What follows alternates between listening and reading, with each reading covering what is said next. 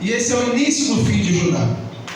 Mas o que nos interessa aqui é o seguinte, para entrarmos na questão do propósito, é você entender que Deus agora dá essa visão para Jeremias. Ele mostra a Jeremias 2 cestos, um com figos muito bons e outro cesto com figos ruins, tão ruins que não daria nem para comer. Isso é o Senhor passando a sua mensagem através de Jeremias. E o que ele quer dizer? O texto nos diz, olha aqui a partir do versículo 5: assim diz o Senhor, o Deus de Israel, como a estes bons figos, assim conhecerei aos de Judá levados em cativeiro, e que eu enviei desse lugar para a terra dos caldeus, para o seu bem. Acompanha comigo, irmãos. Para o seu bem.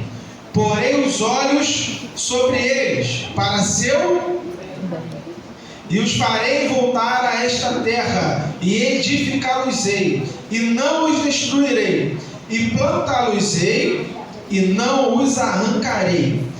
E aí nós entramos, e dar-lhes-ei o coração, para que me conheçam, porque eu sou o Senhor, e ser-me-ão por povo, e eu lhes serei por Deus, porque se converterão a mim de todo o coração. Agora eu tenho que falar para os figos maus, no versículo 8: e como os figos maus, que se não podem comer, de maus que são, porque assim diz o Senhor, assim entregarei Zedequias, rei de Judá, e os seus príncipes, e o resto de Jerusalém, tanto os que ficaram nessa terra, como os que habitaram na terra do Egito.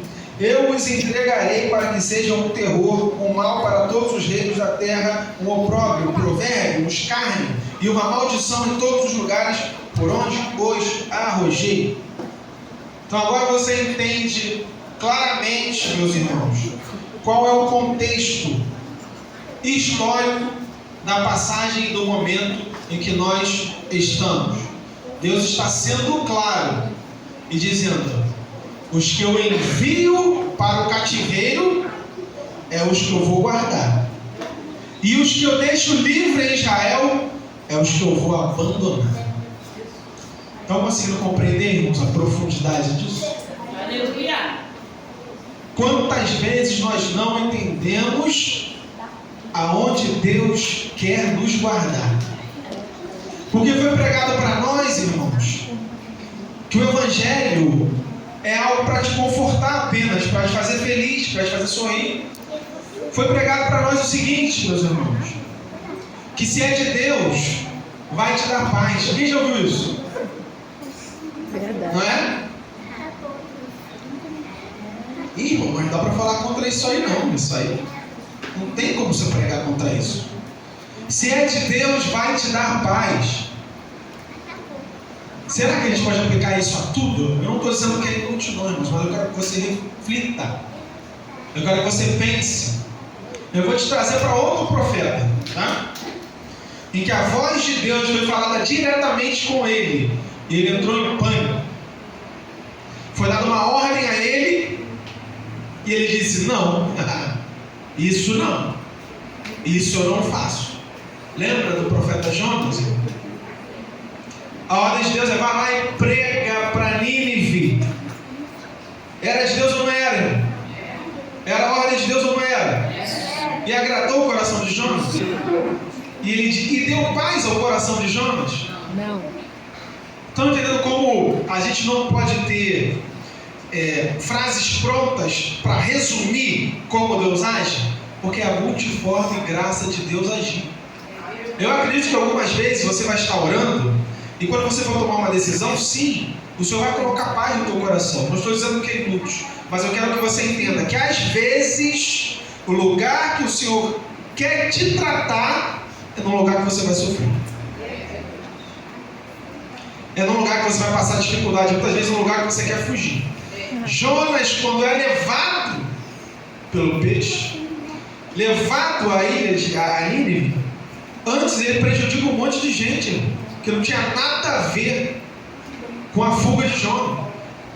cargas são lançadas no mar, entregas são perdidas, homens quase morrem, porque Jonas estava fugindo do sofrimento que Deus queria para ele. E eu quero que você entenda isso o seguinte: muitas vezes, meus irmãos, a gente está num momento pensando que esse sofrimento é do inimigo. E muitas vezes é o lugar exato onde Deus queria que nós estivéssemos. Só que a gente não está preparado para isso, irmãos. Porque a gente quer o bem de Deus logo. A gente quer a vida. A gente quer a promessa cumprida. A gente quer o melhor dessa terra. Queremos ser cabeça e não cauda. Queremos governar. Mas eu quero te lembrar que quem levou Jesus para o deserto foi o Espírito Santo. Aleluia. Quem levou ele para sofrer e padecer foi o Espírito Santo. Quem enviou ele para morrer foi o próprio Deus, o seu Pai. Então eu quero que você entenda uma coisa: o seu sofrimento tem que ter um significado. Precisa ter um significado. Porque você precisa entender o porquê você está sofrendo. Você precisa saber o porquê. Por que eu estou trazendo isso? Por que todos esses contextos, irmãos? Porque voltar ao propósito, irmãos, não significa voltar a um lugar de conforto. Voltar ao propósito não significa voltar a um lugar que você vai ser apenas feliz. Mas voltar ao propósito é voltar aonde Deus quer que você esteja. E muitas vezes, o lugar que Deus quer que você esteja não é o lugar que você quer estar. Desse jeito. Irmãos, às vezes, o lugar que Deus quer que você esteja é o perdão. E você não quer perdoar. E é, nossa, duro. Bate mesmo, Jesus. É difícil, irmãos. Eu não quero. Mas é o lugar que Deus quer que você esteja. Porque Ele vai estar te guardando mesmo enquanto você estiver sofrendo. E a gente olha para a nossa vida, irmãos, e fica buscando um propósito. E acha que o propósito de Deus só vai cumprir quando a gente está pleno, feliz, quando a bancada é cheia. Dispensa cheia. Não, Jesus. Tudo pago, tudo em dia. Quem vive assim hoje, irmão? Eu vou ver. A questão é, como você tem lidado com isso, irmãos? Você tem murmurado? Você tem feito o que você louva, questiona ou adora? E agora? E agora o que aconteceu foi o seguinte, irmãos: o povo pecou, o povo errou, o povo foi castigado e Deus envia Nabucodonosor. Acabou, Judá? Acabou.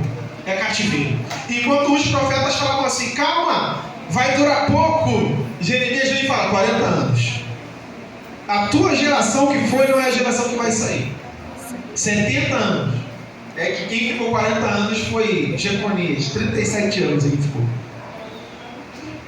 E Jeremias fala todos esses anos e diz: olha só, a tua geração não vai sair da Babilônia. Então façam suas casas, construam suas famílias, porque o tempo do processo vai ser maior do que vocês estão esperando. Mas o mais maravilhoso disso é você entender o seguinte: que os cativos recebem uma promessa do Senhor. Você vai para o cativeiro.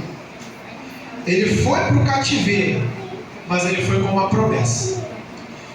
E se nós formos ler o capítulo 29, Jeremias escreve uma carta para os cativos da Babilônia.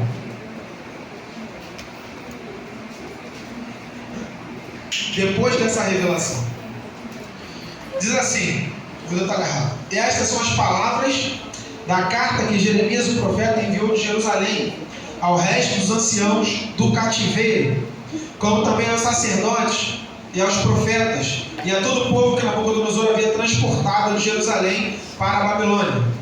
Depois que saíram o rei Jeconias e a rainha e os eunucos e os príncipes de Judá e Jerusalém e os carpinteiros, aqui de uma sequência genealógica, vamos no versículo 4. Assim diz o Senhor dos Exércitos, Deus de Israel: a todos os que foram transportados, que eu fiz transportar de Jerusalém para a Babilônia, edificai casas e habitai-as, plantai jardins e comei o seu fruto. O Senhor está falando para os cativos: se estabeleçam, porque a minha promessa agora não é de retorno, não. é de tratamento.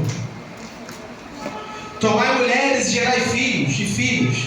Tomai mulheres para vossos filhos e dai vossas filhas a maridos, para que tenham filhos e filhas. Multiplicai-vos ali e não vos diminuas. Procurai a paz da cidade, para onde vos fiz transportar, e orai por ela ao Senhor, porque na sua paz vós tereis paz. Irmãos, então, Deus lindo. olha o que Deus manda. Deus manda o povo cativo, o povo agora sem pátria, o povo sem templo, o povo sem terra, o povo vivendo subjugado em outro lugar. Deus manda: vocês vão orar por aqueles que os aprisionam. Vocês vão orar por aqueles que tiram a sua paz. Jeremias fala assim: se estabeleçam, se multipliquem, cresçam no lugar em que eu coloquei. E o lugar que eu coloquei vocês agora é o cativeiro. Irmãos, que paradoxo é esse? Deus vive. Que confusão é essa aos nossos olhos humanos? Que Deus manda um povo crescer, que Deus guarda o povo no cativeiro. Presta atenção, irmãos. Deus está te guardando no lugar da tua luta. Deus está te guardando no lugar da tua dificuldade. Ele vai te fazer crescer enquanto você está chorando. Mas você precisa entender. O povo de Jerusalém falava, os da Babilônia pediam: louva os hinos da tua terra. Louva os hinos de quando vocês eram felizes. Eles falavam: nós não conseguimos. Nós estávamos como os que choram. E é nessa circunstância que Deus escolhe tratar o seu povo. Quero que você entenda isso. Deus não os manda odiar aqueles que os dominam, mas Deus fala: ore para que eles tenham paz. Porque se ele tiver paz, você vai ser paz. Você vai ter paz. Irmãos, uma nação que perdeu a sua soberania, perdeu o seu templo, perdeu o lugar de adoração, perdeu os seus muros, perdeu a sua identidade. Deus fala assim: não percam a sua identidade no cativeiro. Cresçam e se multipliquem, mas no lugar que eu coloquei vocês, não percam a sua identidade. Qual é a nossa identidade? Qual é a nossa identidade? Qual é o nosso lugar? Quem somos nós? Somos filhos de Deus. E na dificuldade ou na bonança, devemos saber quem nós somos. E você precisa entender isso. E ele fala: porque assim diz o Senhor dos Exércitos, o Deus de Israel, no versículo 8: não vos enganem os vossos profetas que estão no meio de vós, nem os vossos adivinhos, nem deis ouvidos aos vossos sonhos que sonhais. Isso ele está falando do povo que permaneceu lá. Porque eles vos profetizam falsamente em meu nome. Não os enviei, diz o Senhor. Porque assim diz o Senhor: certamente que passados 70 anos na Babilônia, vos visitarei e cumprirei sobre vós a minha boa palavra, tornando-vos a trazer a esse lugar. Deus dá o local do castigo, da situação, aconselha e ainda fala o tempo que eles vão ficar lá. O que me regozija, irmãos, é que por mais que seja longo, até o sofrimento de Israel teve um prazo. Por mais que pareça e seja uma vida inteira, quando a gente fala de Israel como nação, foi um processo, foi um tempo necessário de sofrimento, de tratamento. Eu quero que você compreenda isso, que voltar ao propósito não se fala de geografia, de espaço físico, não. Voltar ao propósito significa se realinhar com a vontade de Deus para a tua vida. Eu quero perguntar para você: você acha hoje, para você, que você está fazendo a vontade de Deus? Responde para você, não responde para mim. Será que eu acho hoje que eu estou fazendo a vontade de Deus? Não, irmãos, eu não consigo, porque eu estou num processo da minha vida agora. Mas se o processo te afasta da vontade, ele não é um processo de Deus, é teu, você que se enfiou aí. Sabe por quê? Porque o processo, quando é de Deus, ele te puxa de volta. Ele te traz de volta, por mais que você queira sair. Ele diz, é aí mesmo que eu te coloquei, e é aí mesmo que eu vou te tratar. Então, em vez de brigar, irmãos, com Deus, em vez de contender, em vez de dizer eu não entendo, eu não quero, eu não aceito, se pergunte que se o lugar que você está hoje não é o cativeiro que o Senhor te colocou para te preservar, para te cuidar, para te preparar para o que Ele ainda tem para a tua vida. Eita, meu Deus. Quantos em Babilônia achavam que o cativeiro seria o fim? Acabou. É o fim da linha, não tem mais para onde ir. E chega a carta de Jeremias e fala, calma, vai demorar mais um pouco de tempo só, mas eu voltarei a te visitar, Judá. Eu voltarei a te visitar, Judá. Mas não creiam nos falsos profetas. E eu quero que você entenda a complexidade disso. É o seguinte, quem estava livre, irmãos, é quem estava perdido. Meu Deus, está lindo. Quem Deus deixou livre é quem estava perdido e abandonado por Ele. Sabe por quê? O servo não faz a sua própria vontade. O servo faz a vontade de Deus. Eu preciso dizer para você, o servo de Deus também sofre. Se alguém te prometeu um evangelho apenas de vitória e de luz e de amor e de bondade, só de frutos, não. Tem os espinhos. Eu não consigo deixar de lembrar do apóstolo Paulo, irmão. Imagina se Paulo só fizesse a vontade do Senhor, se tudo estivesse conforme ele achasse que estaria certo, correto. Se tudo estivesse como ele queria. Pelo contrário, Paulo está fazendo a vontade do Senhor, está se colocando num lugar de martírio. Ele fala, eu já estou crucificado. Ele fala, sou prisioneiro de Cristo. Ninguém fala isso. Paulo fala, eu sou prisioneiro, eu estou preso por causa de Cristo. Você olha para esse homem e você pensa, ele está fazendo a vontade de Deus. Deus está do lado dele. Aí ele fala assim, Senhor, eu tenho um espinho na minha carne. O homem que já foi até o terceiro céu, irmão, já viu coisas inefáveis. Ah, Deus lindo. O que Deus negaria para esse homem, né? Lindo. Você pensa, não, esse homem vive a plenitude do que Deus quer na vida de alguém, da promessa, do chamado. Ele fala assim, eu tenho um espinho na minha carne. Senhor, tira. Você fala, não. Ele pede a segunda vez, Senhor, eu não aguento. Eu não aguento. Deus fala para ele, não. Pela terceira vez ele fala, se o Senhor não tirar esse espinho, eu não vou conseguir mais. Deus te responde, a minha graça te basta. É isso que tem para hoje, Paulo. É a graça. Ah, Senhor, então a graça vai fazer você cessar o sofrimento? Não, mas vai fazer você entender por que você sofre. A graça me faz entender que eu sofro por um motivo enquanto eu sofro. Sobrenatural. É para que o nome de Deus seja glorificado na minha vida. Aleluia. Irmãos, deixa eu te falar uma coisa. O cativeiro é um lugar de vergonha, tá? O cativeiro é um lugar de vergonha, tá? Um lugar de humilhação, tá bom? Um lugar de um povo dominado, que não tinha direito a nada, a não ser abaixar a cabeça. E muitas vezes você está assim hoje, num lugar de humilhação. Senhor, eu não sei nem como é que eu entro nessa igreja, não sei nem o que eu estou fazendo aqui. Eu não sei por que eu ainda venho. Porque a minha voz não tem peso nenhum, a minha voz não tem valor nenhum. É assim que a gente sente. Quando eu falo, ninguém me escuta.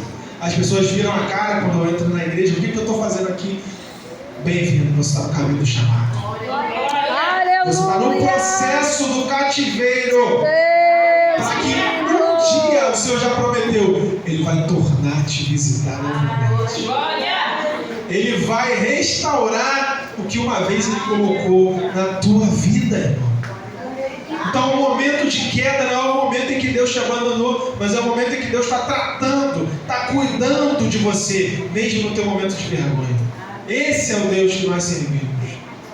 Ele nos leva, porque nós merecemos, o povo merecia, desobedeceu a Deus, mas Deus fala: enquanto eu te levo para o cativeiro, eu cuido de você. Enquanto eu te levo para essa dificuldade, eu guardo a tua vida. Senhor, mas eu não consigo. A minha graça vai te bastar nesse processo. Irmãos, nós temos que aprender a passar o processo de Deus. A gente tem que aprender a passar esse processo. A gente murmura demais, a gente reclama demais, a gente aponta o dedo demais, a gente bota a culpa nos outros de coisa que é nossa responsabilidade. Aprenda a assumir a culpa, irmão, quando você é. Aprenda a pedir perdão a Deus, mas pedir perdão ao seu irmão também. Porque se eu peço perdão a Deus e eu continuo brigado com o meu irmão, eu sinto muito, não valeu de nada. Deus nem ouve a tua oração. Agora, um crente de verdade, irmãos, o Espírito Santo me incomoda para ele pedir perdão, para ele se consertar. Um crente de verdade não dorme bem se ele está brigado com outro irmão da igreja dele. Não dorme. É verdade. Agora, se você vive bem, deita a sua cabeça no travesseiro com tranquilidade, odiando o seu irmão, Nasce de novo. eu não vou te condenar, nem posso fazer isso. Mas eu quero que você olhe para a sua própria consciência e o que o Espírito Santo diz. Qual é o nosso destino? Se nós queremos uma comunhão no céu que não conseguimos ter aqui na terra. Deus vivo. Se eu não consigo me reaproximar com meu irmão aqui na terra, como eu vou conseguir no céu? Irmãos, entenda que cada caso é um caso. Vai ter vezes que você vai querer se reconciliar, né? Mas a pessoa não vai, amém. Mas tu é crente. Tu é crente. Eu lembro como o Papa fazia o que Paulo fala para Timóteo sempre: eles podem. Você não. Você Deus. não pode, porque você é crente. Timóteo. Se o Espírito Santo ainda te Você não incomoda, pode. é porque ele quer te libertar. Aleluia. Mas deixa eu falar, ele quer te libertar de você pedir, das suas vontades, dos seus desejos que te afastam de Deus. Verdade. Que a nossa vontade é para a carne, o nosso desejo é para a carne. Nosso desejo é para nos satisfazer, irmãos. Mas eu quero que você compreenda isso nessa noite. Como é complexa a forma de Deus nos tratar. Porque Ele não vai nos tirar do cativeiro, mas vai nos tratar lá dentro. Ele vai nos fazer orar por aqueles que nos tornaram cativos. Verdade. Então, se você é cativo hoje de algum sentimento, que o Senhor possa te libertar, irmão. Que você possa tornar comunhão com quem quer que seja. Porque se Deus manda que nós oremos por aqueles que nos dominam, quanto mais pelos nossos irmãos. Você quer ver algo incrível? Eu vou caminhar para o final aqui. É que ao longo desses 70 anos, Deus dá 3 oportunidades de restauração para Israel até concluir o que ele tem para concluir. Primeiro com Zorobabel. E com Zorobabel ele reconstrói o templo. Você precisa compreender isso. Essa é a volta do povo. Esse é o final, o cumprimento da promessa de um povo que estava cativo.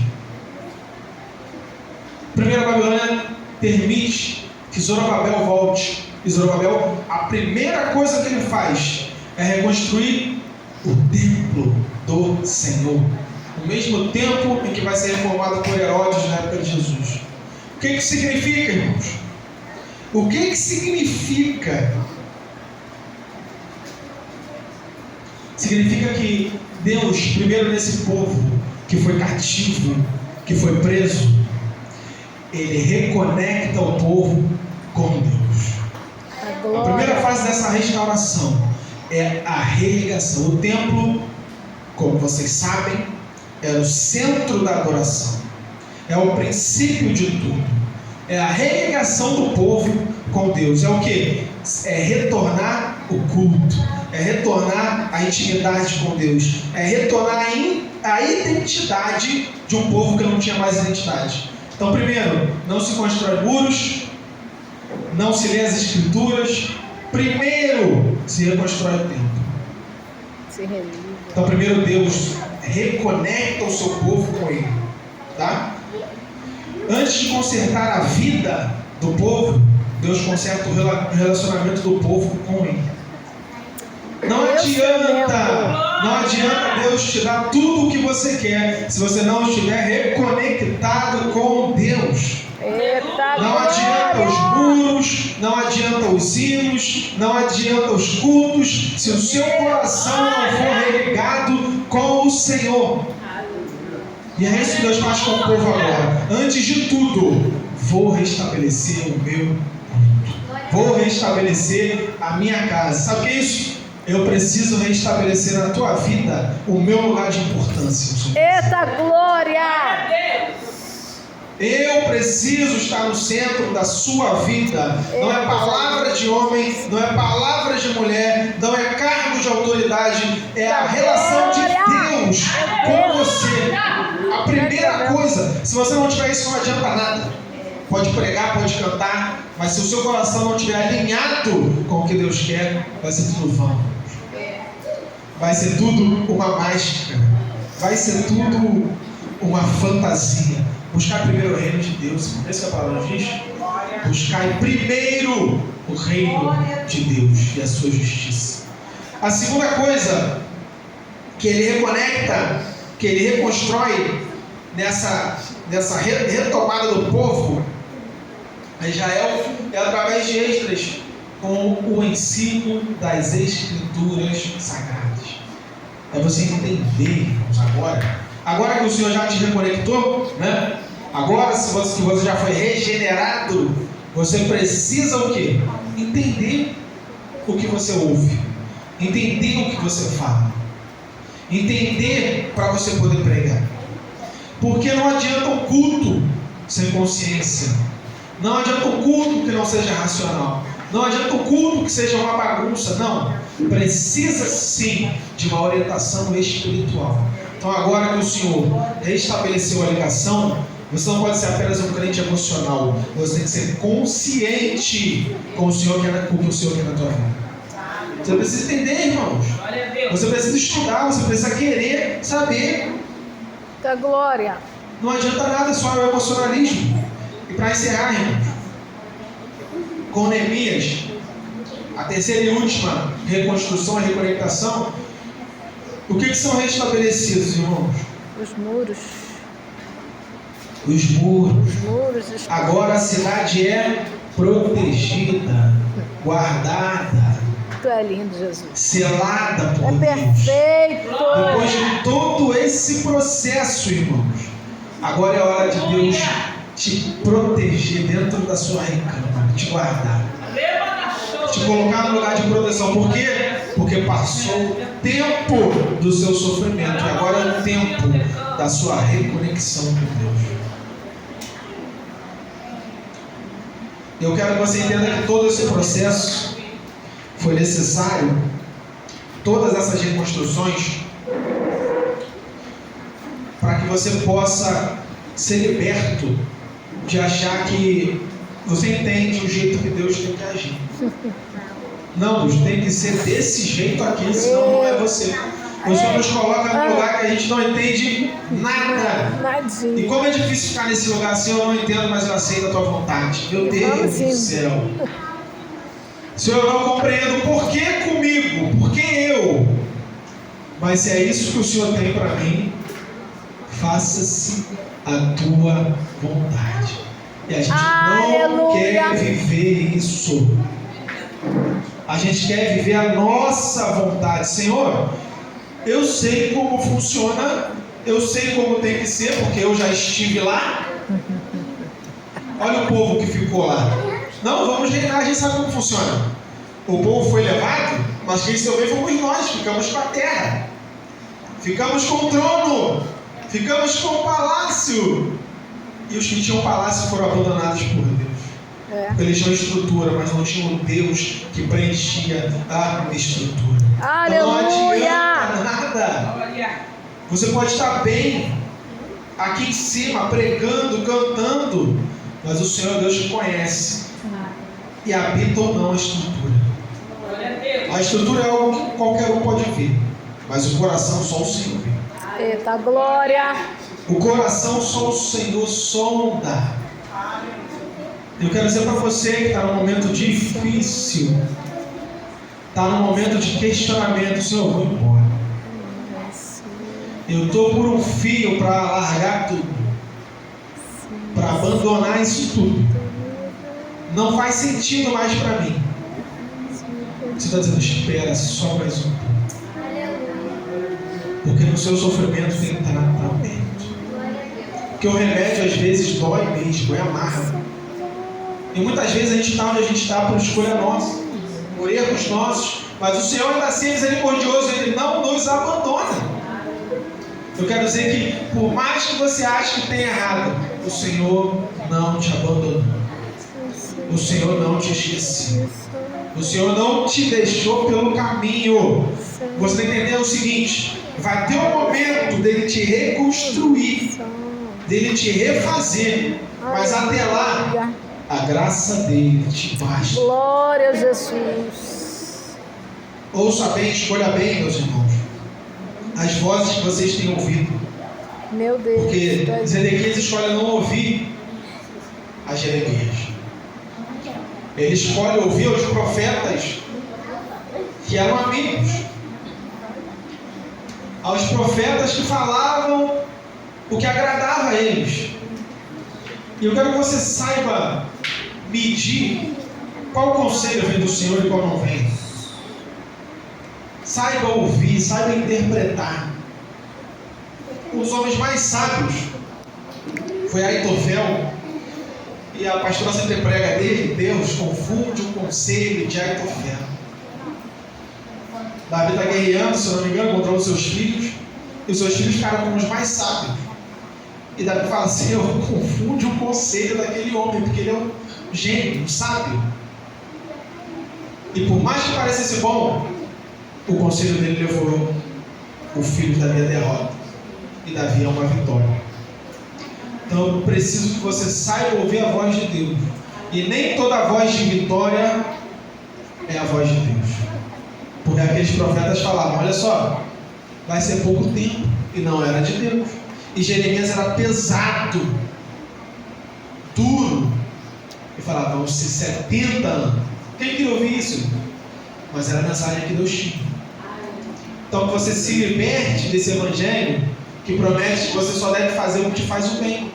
Se você se sente bem, se te faz bem, quando eu estou afim, quando eu quero, porque isso nos leva para a ruína. Mas o evangelho verdadeiro nos confronta, nos faz questionar: meu Deus, o que falta para eu fazer a tua vontade? O que falta para eu andar no teu caminho? O que falta para eu ser quem o Senhor quer que eu seja? Enquanto essa voz, esse Espírito Santo estiver dentro de você, na sua consciência, te confrontando, você pode ter certeza que é Deus falando com você. Agora, se a sua voz é assim para você: você está bem. Você está bem, não precisa ir não.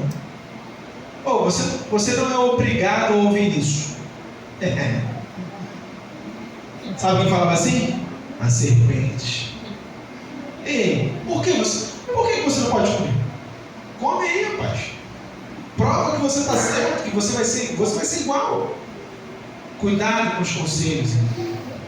Porque muitas vezes a gente está fugindo do que é a vontade de Deus para a nossa vida. Amém? Que você venha com essa palavra e entenda que o tempo de Deus, a reconstrução de Deus, ela leva tempo. Ela é difícil.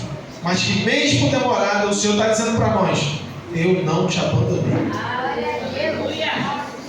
Eu não te abandonei. Eu estou contigo. Amém? Essa oportunidade.